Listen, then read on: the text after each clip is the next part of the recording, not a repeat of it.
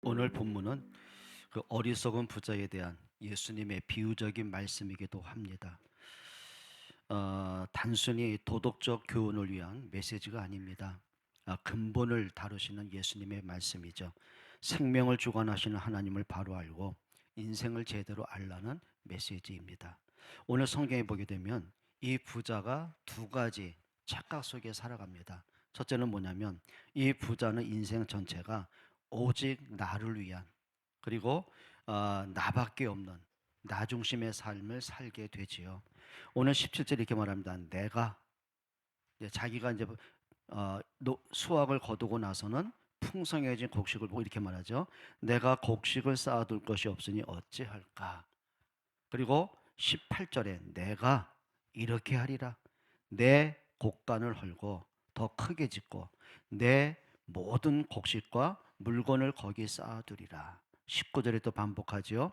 내가 내 영혼에게 이르기를 영혼아 여러 해 쓸 물건을 많이 쌓아두었으니. 오직 뭐예요? 나, 나. 예, 자기중심의 삶이에요. 짧은 말씀이지만 부자는 내가, 또 내가라는 말씀을 계속 반복합니다. 그 어디에도 하나님도 없고 그 어디에도 내 주변에 많은 사람도 후대도 없는 것을 보게 돼요. 또 두 번째 착각이 뭐냐면 삶의 모든 목적과 내용은 오직 육신의 만족, 먹고 마시고 쉬고 즐기는 거에 관심밖에 없어요. 19절이 이렇게 말합니다. 평안히 쉬고 먹고 마시고 즐거워하자. 이게 부자의 인생 전체가 되게 됩니다. 그런데 20절에 보게 되면 하나님이 그 부자를 보시면서 이렇게 한마디로 평가를 하십니다. 어리석은 자여, 어리석은 자여. 그러니까 하나님 볼 때 참 바보 같은 존재. 근데 세상으로 볼 때는요, 참 풍족한 사람, 성공한 사람, 부유한 사람, 보기에 존경스러울 만큼 부러운 사람, 그게 부자의 모습이에요. 근데 하나님 그렇게 안 봐요. 어리석은 자여. 오늘 첫째로 한번 생각해 봅니다. 사람들이 인생을 살아가면서 갖고 있는 착각이 있습니다. 물론 저에게도 있고요. 여러분에게도 있고요. 모든 사람이 갖고 있는 착각입니다. 오늘 16절 말씀 한번 보겠습니다. 같이 봉독합니다. 16절입니다. 크게 한번 읽어볼까요? 또 비유로 그들에게 말하여 이르시되 한 부자가 그 밭에 소출이 풍성하매. 어느 부자가 있죠? 근데 그 밭에 소출이 풍성하다. 여기에 풍성하단 말은 뭐냐면 많이 거뒀네, 그게 아니에요. 그러니까 사람이 감당 못할 정도로 소출이 많아지는 거예요. 세상의 모든 기준이 어디 있을까요? 그렇죠. 일단은 성공하는 겁니다. 부유하는 겁니다. 남이 볼 때도 부러워할 만큼 떵떵거리는 것, 그게 사람들의 삶의 목적이기도 합니다. 근데 오늘 성경의 부자가요, 너무 자신만만했어요. 세상에 부러울 것이 없어요. 자기 밑에 자기 주 옆에 사람이 없는 것처럼, 자기만의 모든 것을 갖고 있는 것처럼 착각을 할 만큼, 이게 부자의 모습이기도 합니다. 또 두 번째 생각해 보면 오늘 17절에 심중에 생각하여 이르되, 그 심중에 이제 풍족한 거죠. 여유로운 거죠. 넉넉한 거죠. 그러면 또 17절을 같이 한번 읽어보겠습니다. 이렇게 말합니다. 심중에 생각하여 이르되 내가 곡식 쌓아둘 것이 없으니 어찌할까 하고. 여기 고민이 아니에요. 그냥 너무 많으니까 사람 입이 쫙 벌리는 거 있잖아요. 우리 그럴 때 있잖아요. 야, 내가 주식 투자했는데 이렇게 올랐어. 그러니까 지난번에 어떤 분이 그러더라고요. 자기는 엔비디아에 주식을 투자했는데 불과 소액으로 출발했대요. 근데 지금 뭐 400%가 넘었다고. 1억을 투자했는데 뭐 40억인가 얼마가 늘었다고. 예, 부럽긴 하더라고요. 그러니까 사람들의 모든 관심이 어디 있는 거죠? 육신적인 만족, 세상적인 기준. 그러니까 부자가 그걸 보는 거죠. 야, 예년에 비해서 올해 수확이 야 몇십 배가 늘었어. 이게 웬일이야? 그러니까 어찌할 것, 그 말은 뭐죠? 막 힘들고 고민하는 게 아니라 이제는 뭐 이제 모든 게 다 가진 것처럼 착각이 되는 거죠. 또 18절에 이렇게 말합니다. 같이 읽어볼까요?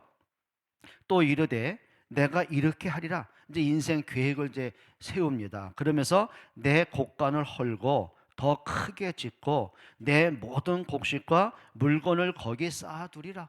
무슨 얘기죠? 야, 저거 너무 초라해. 너무 작아. 저 예전 거야. 없애. 더 크게, 더 화려하게, 더 좋게, 더 멋지게. 예, 그걸 얘기하는 거예요. 여러분, 사람이 그렇죠. 재산이 늘어가면서 뭐가 늘어날까요? 일단 뭐가 늘어나요? 이제 집이 바뀌어요. 더 넓은 집, 고급스러운 집, 좋은 집. 두 번째 뭐가 바뀌어요? 차가 바뀌어요. 두 번째 뭐가 바뀌어요? 이제 사는 모습이 바뀌어요. 레저가 바뀌어요.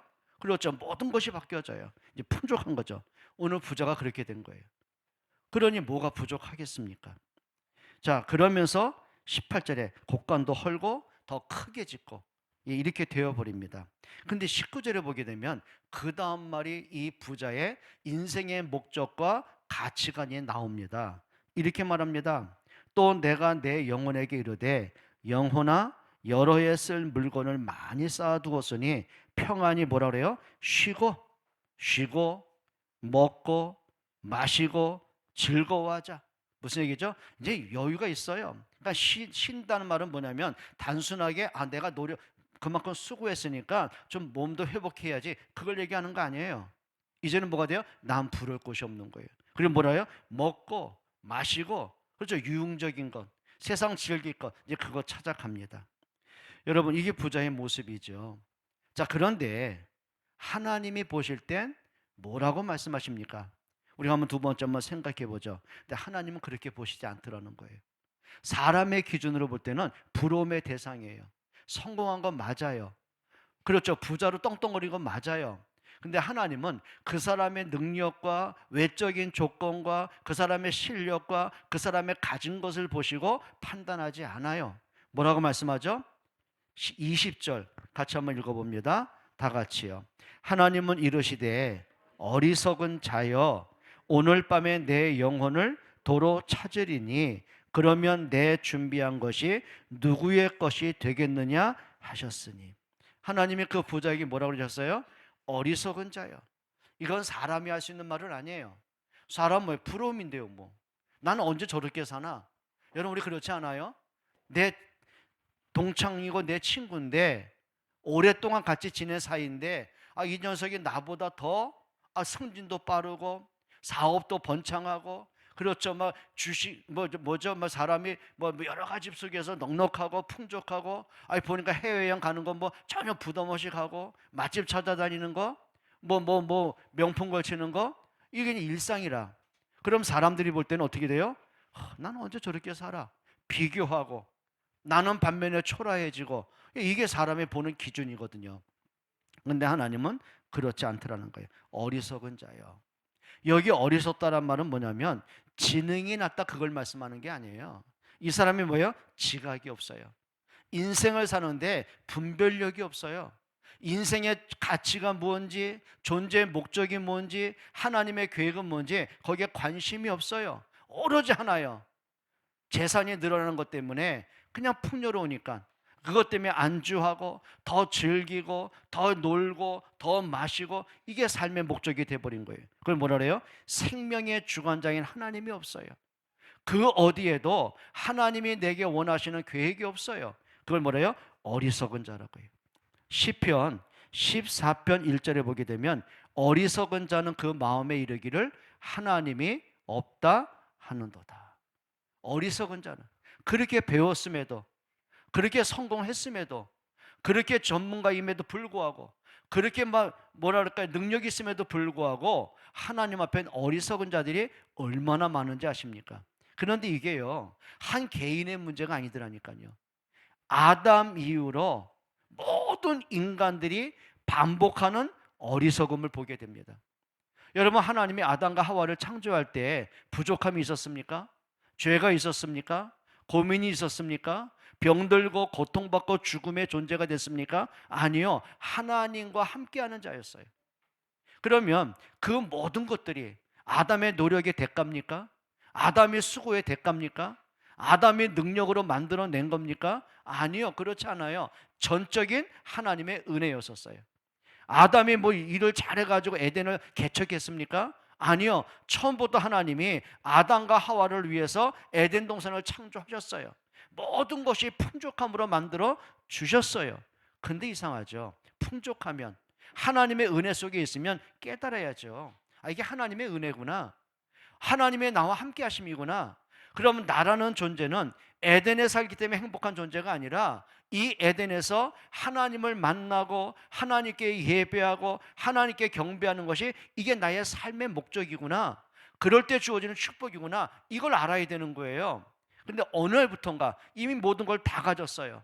에덴을 다스리고 정복하고 번성하고 충만한 모든 것을, 왕적인 권세를 다 가졌어요. 하나님이 주셨어요. 그런데 내가 가지면 안 되는 그 선악과 때문에, 나에게 없는 그 하나 때문에, 그렇죠, 하나님과 거리가 멀어져요. 하나님의 말씀을 듣지 않으려고 그래요. 자기 욕심에 가요. 오직 관심은 하나예요. 선악과를 어떻게 내 것으로 만들까? 욕심에 끌려갑니다. 그래서 성경은 뭐라고 하는지 아십니까? 어리석은 자여, 그 말입니다. 자, 하나님을 떠난 인간에게, 멸망 속에 있는 인간에게, 사망에 빠진 인간에게 하나님 또다시 구원의 언약을 주십니다. 여자의 후손이 오시면 뱀의 머리를 상하게 할 것이다. 그리고 아담과 하와를 위하여 하나님은 죄 없는 한 마리의 짐승을 죽이십니다. 그리고 하나님이 친히 그 가죽을 벗기시고 피를 쏟게 만드십니다. 피 쏟아지는 가죽옷을 아담과 하와에게 입혀 주십니다. 그게 하나님의 언약이고 구원의 약속인 거예요. 여자의 후손으로 오시는 그리스도가 이렇게 너를 위해 피 흘려 죽을 거야. 그게 뭐죠? 이게 너를 죄사함을 받는 길이야. 이게 너에게 생명 얻는 길이야. 이게 너를 구원하는 길이야. 예, 그리스도로 구원을 약속하신 거죠. 그럼 그 이후에 모든 구약의 사람들이 그 언약을 붙잡아야 되는 거예요. 그런데 그 언약을 붙잡을 첫 번째 대상인 가인이요, 그 언약을 무시해버립니다. 자, 그러면 아담과 하와의 입장에서 자신의 뼈아픈 경험 아닙니까? 그래, 내 욕심 때문에, 내 악한 죄성 때문에 내가 하나님을 떠나게 되었고, 내가 생명을 잃어버리게 되었고, 죄와 허물로 죽음을 당하게 됐고, 고통 속에 살 수밖에 없는 나를 하나님이 또 구원하기로 약속하셨다면 우리 자녀들만큼은 나와 같은 전철을 밟지 말자. 그리고 언약 전달했겠죠. 너희가 하나님을 경배할 때는, 하나님께 제사할 때는 이렇게 좀 해라. 하나님께 피의 예물을 드려라. 그 피는 뭘 얘기하는 거죠? 그리스도의 십자가의 언약을 붙잡으라는 거거든요. 근데 가인이요, 무시합니다. 그건 아버지 얘기고, 나는 나대로 알아서 할 테니까 내가 알아서 잘 정성껏 하면 됐지, 굳이 내게 없는 번거롭게 귀찮게 피제살 게 뭐 있습니까? 그게 가인의 생각이에요. 그걸 뭐라 그래요? 가인이 머리가 나쁜 게 아니에요. 능력이 없는 게 아니에요. 뛰어나지 못한 게 아니에요. 그런데 중요한 게 있습니다. 이상하죠? 하나님과의 관계에서만큼은 늘 어리석은 생각, 어리석은 판단, 어리석은 행동을 늘 반복하는 거예요. 그러니까 하나님이 그 예배를 안 받으시는 거예요. 그럼 적어도 눈치라도 있어야죠. 믿음이 없더라면 눈치라도 있어야죠. 근데 눈치도 없어요. 뭐라고 합니까? 내가 예배가 실패된 것 동생 때문이야. 너 아벨 너 때문이야. 책임 전가를 해요. 그러고 보니까 동생이 미워져요. 동생의 예배를 받으신 하나님이 왜 내 예배는 안 받아? 또 하나님이 원망스러워요. 생각이 어디로 가죠? 어리석은 또 행위로 갑니다. 어떻게 해요? 그 미움과 증오와 분노가 동생을 죽이고 땅에 매장시켜버리는 이런 악한 짓이 계속 반복되는 거예요. 그게 인간의 어리석음이고 인간의 악함이에요. 그러면 아담만 그랬습니까? 가인이 그랬습니까? 아니요. 그 후손들, 네피림 문화들, 바벨탑 시대들, 지금까지 보니 저 자신부터가, 우리 복음을 갖고 구원받은 우리 모두에게도요, 이런 어리석음이 굉장히 많습니다. 여러분, 정말입니다. 하나님을 아는 여러분 되기를 축복합니다.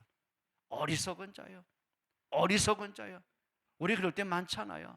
뭔지 모르게 또 허덕이고 또 불신앙하고 또 넘어질 만큼, 연약할 만큼, 예, 너무너무 어리석을 때 굉장히 많습니다. 조금 문제 와봐요. 뭐 하나님께 응답이 없고, 뭐 기도해도 응답이 없고, 내가 하나님께 예배해도 축복은 없고, 우리 그럴 때 너무 많지요. 따라합시다. 어리석은 자 되지 말자. 오늘 하나님이 그 부자를 보시는 거예요. 그 생명을 주관하시는 하나님 없어요. 그렇죠. 이 부자가 자기가 햇빛을 만들고 비를 내리고 땅에 토지를 만들고, 예, 그리고 곡식을 지가 자라게 했습니까? 아니요. 햇빛도 하나님이 주셔야 되는 거예요. 모든 공기도 하나님이 주셔야 되는 거예요. 땅의 형질도 하나님 만들어 가셔야 되는 거예요. 그냥 이게 스스로입니까? 아니요. 자연의 법칙대로 하나님이 자라게 하시는 거예요. 그 결과로 이 부자는 소득을 얻었을 뿐이에요. 그럼 감사해야죠. 그렇죠. 내 모든 것이 하나님의 은혜구나. 내가 지금까지 살아있는 것이 하나님의 생명을 연장하신 거구나. 내가 능력 있고 내가 실력 있는 게 아니구나. 하나님이 나에게 축복을 안겨주신 거구나. 깨닫고 감사하면 되는 거예요. 근데 뭐예요? 아니에요. 내가 내 영혼아 내 곡간 헐고 더 크게 짓고 증식하는 것, 더 많은 재산을 늘리는 것, 그리고 보니까 풍족하니까 먹고 마시고 즐기는 것, 그 관심 뺏긴 없더라는 거예요. 그때 하나님 이렇게 말씀하셨어요. 어리석은 자요. 어리석은 자요. 그 말씀 속에 어떤 의미가 있을까요? 지금까지 네가 살아있는 것이 네 능력이었더냐? 네가 풍족한 것이, 네가 소출이 많은 것이, 네가 햇빛을 만들었으며 공기를 만들었으며 네가 물을 내렸으며 네가 한 것이더냐? 어찌 이걸 모르냐라는 하나님의 책망이기도 하는 거예요. 여러분, 우리가 풍족해서 감사가 아니더라고요. 오늘의 감사가 회복되기를 주의 이름으로 축복합니다. 그리고 하나님 이렇게 말씀하셨어요. 20절에 오늘 밤에 네 영혼을 도로 찾으리라. 오늘 밤에 내가 네 영혼을 도로 찾으리라. 여기 네 영혼은 뭐죠? 네 목숨을 내가 거둘 것이다. 그런데 거두신다는 그 다음에 보면 도로 찾을 것이다 그 말이에요. 여기 헬라어 원뜻이 뭔지 아시죠? 도로 찾단 말은 뭐죠? 내가 너에게 맡겼어. 근데 내가 너에게 맡겨둔 것, 내가 너에게 일시적으로 한시적으로 맡겨둔 걸 내가 내 것을 내가 찾아갈 거야 그 말이에요. 그 말은 뭘까요? 내가 너에게 생명을 줬어. 내가 준 생명 내가 걷어갈 거야 그 말이에요. 그리고 내가 너에게 모든 거 은혜로 준 것 너 모르잖아. 내가 걷어갈 거야 그 말이에요. 그래서 성경 도로 찾으리니 원래로 돌아가게 되는 상태를 얘기하는 겁니다. 근데 이 부자가 그걸 몰랐어요. 자기는 영원할 줄 알았어요. 이 부유함이, 이 즐거움이, 이 만족함이 내 영원함으로 이어질 걸 착각을 하고 살았어요. 여러분 기억하셔야 돼요. 세상의 모든 기준이요 시작이 있으면 끝이 있더라고요. 그렇죠. 새 생명이 태어나면 그걸로 영원한 게 아니에요. 죽음의 결과도 있어요. 심을 때가 있습니까? 거둘 때도 있어요. 문제가 왔습니까? 그걸 하나님이 응답으로 바꾸는 시간표도 올 수가 있는 거예요. 그러면 그때 순간순간에 잡혀 살면 안 돼요. 그렇죠. 대다수의 많은 사람 문제가 오면 문제에 끌려가요. 문제에 잡혀요. 허덕여요. 불신앙으로 허덕이고, 그렇죠. 조급함과 불안으로 허덕이고, 원망과 불평으로 허덕이고, 또 그렇게 살아가요. 그러다 그 문제가 조금 끝나죠. 일이 좀 풀려가죠. 또 거기에 도취돼 가요. 거기에 취해요. 거기에 또 끌려다녀요. 그러면서 하나님 또 잊어버려요. 문제 와도 하나님 떠나고, 잘 돼도 잘 되니까 어떻게 해요? 더 잘 돼야 되잖아요. 그러니까 또 하나님을 또 잊어버리고. 이게 인간의 어리석은 모습들이에요. 여러분 정말 저도 그렇고 여러분도 그렇고 어리석게 살지 않았으면 참 좋겠어요. 지혜롭게 사시는 여러분 되기를 축복합니다. 생명의 주권은, 생명의 주관자는 내가 아닙니다. 하나님이십니다. 맞습니까? 내게 생명을 주신 하나님이 내 생명을 거두시는 시간표도 오는 거예요. 그럼 우리가 살아있을 때가 기회 아니겠습니까? 하나님을 아는 기회로, 하나님을 경배하는 기회로, 내가 하나님의 은혜를 누리는 기회로, 하나님으로 즐겁게 인생을 살아가는 기회로, 우리 부모가 살아있을 때가 우리 자녀들에게 언약 전달할 기회로, 여러분이 살아있을 때가 정말 하나님의 나라에서 헌신할 수 있는 기회로, 여러분 살아있는 기회를 잘 잡기를 축복합니다. 잠언서 27장 1절에 이렇게 말씀합니다. 너는 내일 일을 자랑하지 마라. 하루 동안에 무슨 일이 일어났는지 너는 알 수 없음이라. 우리가 잠시 잠깐 의 일을 어떻게 알겠습니까? 우리가 어떻게 알겠습니까? 모르더라는 거예요. 여러분 지금이 여러분이 하나님을 찬양할 시간표인 걸 믿습니다. 저는 우리가 오늘 새해부터 예배 모든 틀을 바꿔갔잖아요. 근데 찬양하고 같이 기도하고 이런 모든 시간들이요 저는 행복합니다. 너무 감사합니다. 여러분 진짜 예배로 행복한 여러분 되기를 축복합니다. 그냥 노래하면 안 돼요. 찬양을 하세요. 뭐 가사가 좋고 곡이 좋고 그것도 좋아요. 근데 중요한 게 있습니다. 그 찬양의 주인공으로 여러분이 서서 그 찬양을 하나님께 돌리기를 바랍니다. 그 찬양 속에서 여러분이 살고 힘을 얻고 회복하고 치유되고 또 깨닫고 또 성숙하고, 이게 계속 응답이 좀 시간들이 되어져야 되는 거예요. 여러분, 아름다운 예배가 되기를 축복합니다. 그리고 20절에 또 말씀하십니다. 같이 한번 읽어볼까요? 20절입니다. 하나님은 이르시되 어리석은 자여 오늘 밤에 내 영혼을 도로 찾으리니 그러면 내 준비한 것이 누구의 것이 되겠느냐? 네가 그렇게 만족하고 네가 그렇게 평생을 살면서 그 재산 모으려고 아둥바둥하고 그걸 모으니 너무 행복해하고 뿌듯하고 이제 어떻게 내가 누리고 살까? 네가 인생 설계하지 않느냐? 그런데 그건 내가 거둬가면 그건 누구 것 되겠느냐라는 말이에요. 누구 것 되겠느냐 그 말이에요. 지난번에 어떤 분이 고민하더라고요. 자기는 보험이 뭐 열 몇 개가 된대요. 근데 저한테 이제 상담을 하는 거예요.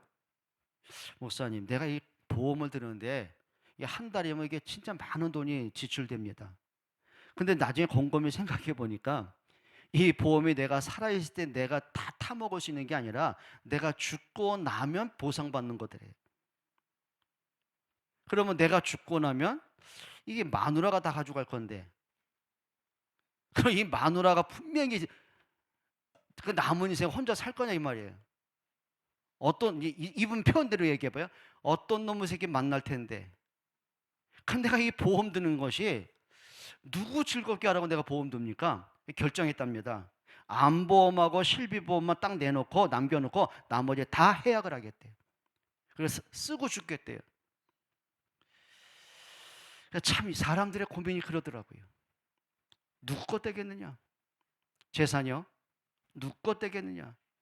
저는 세상의 사람들이 살아가는 방식을 보니까 참 그래요. 평생 아둥바둥 돈 벌고 진짜 많이 벌고 있는데 죽어요. 근데 그거 재산 남기고 봤는데 이 아들 놈의 새끼들이, 자식 놈의 새끼들이 이거 더 차지하겠다고 싸우는 거 보면서, 여러분 뉴스에 얼마나 많이 나옵니까? 여러분 좀 안 좋은 얘기지만 구하라법 아시지 않습니까? 그 어머니가 그 아이들 핏덩이 그 아이들 남매를 버려두고 그냥 나갔어요. 새살림 차렸어요. 그리고 평생 이 아이들한테 연락 한 번 안 했어요. 근데 안타깝게 이 구하라가 많은 연예 활동 돈을 많이 벌었잖아요. 자살했어요. 그 재산이 누구 거냔 말이에요. 자기 친딸이 죽었다는 뉴스를 보고요, 친모의 권리를 주장하러 왔어요. 그리고 가져갔어요. 그러니까 그 아들이, 그 친아들이죠, 구하라의 오빠가 그것 때문에 엄마가 또 그 재산 때문에 또 재판 걸어야 되고, 엄마는 못 주겠다고 하고, 이유는 하나입니다. 내가 널 낳아줬으니까 나도 늙감하게 떵떵거리고 살 자격이 있어 이거예요. 야, 그 뉴스 보는데요, 아, 인간이 이렇게 악하구나, 이렇게 어리석구나, 자기는 영원히 살 것처럼. 그런데 그것이 결국은 가정의 불행으로 가는구나 이게. 여러분, 하나님 그 말씀하셨습니다. 누구의 것이 되겠느냐?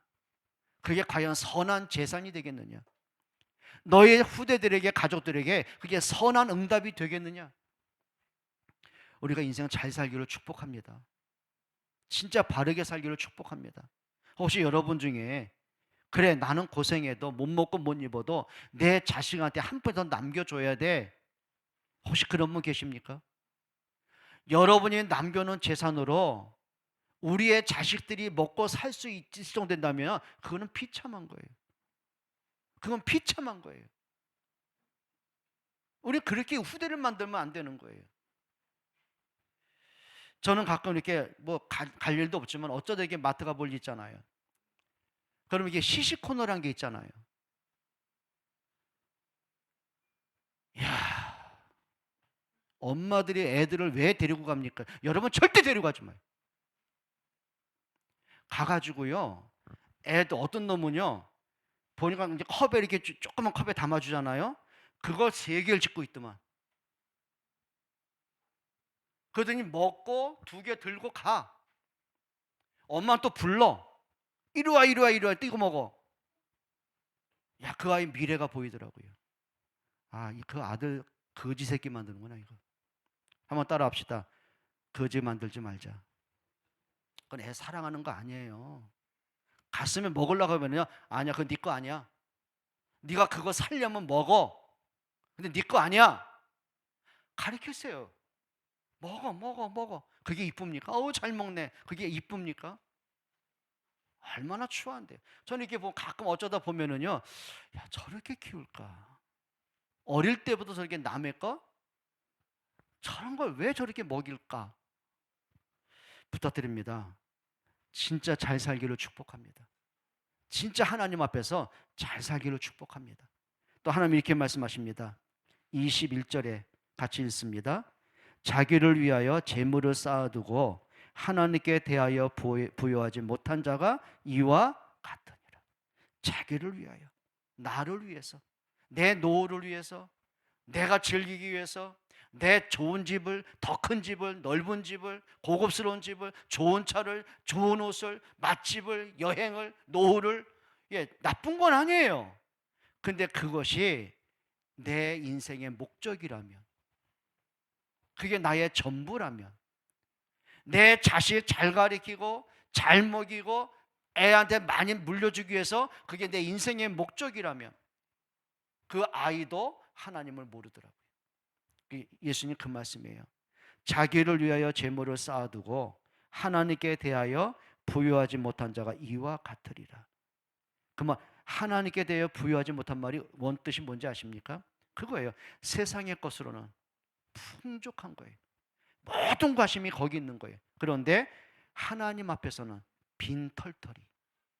아담과 하와가 하나님의 창조를 받고도 에덴 동산에 거주하면서도 하나님의 모든 축복을 다 누리면서도 예, 선악과가 그 마음에 너무 강하게 부피가 커져 버렸는데 그 마음속에는 하나님을 향한 마음이 텅텅 비어버렸어요. 그게 뭐예요? 하나님께 대하여는 부여하지 못한 자라고 했어요. 인생 바꾸시기로 축복합니다. 하나님께 부유한 여러분 되기로 축복합니다. 진짜 믿음의 사람의 공통점이 거기 있더라고요. 그래요. 요셉이 그렇게 노예로 살고 감옥 속에 있어요. 아무것도 없어요. 자기 것이 됐거나 아무것도 없어요. 근데 한 가지예요. 하나님으로 부유하더라고요. 하나님으로 인생에 즐겁더라고요. 하나님으로 그 인생에 행복하더라고요. 하나님의 계획으로 그 인생이 너무 기대가 부풀어 있더라고요. 그게 허황된 겁니까? 근데 그 인생의 걸음을 하나님이 이끌어 가시는 거예요. 여러분, 하나님을 경배하는 여러분 되기를 축복합니다. 하나님을 즐거워하는 여러분 되기를 축복합니다. 저는 한동안 우리 손자들 보면서요, 참 하나님께 회개할 때가 참 많아요. 얼마나 이쁩니까? 얼마나 사랑스럽습니까? 얼마나 다 해주고 싶습니까? 그런데 늘 마음이 거기가 있는 거예요.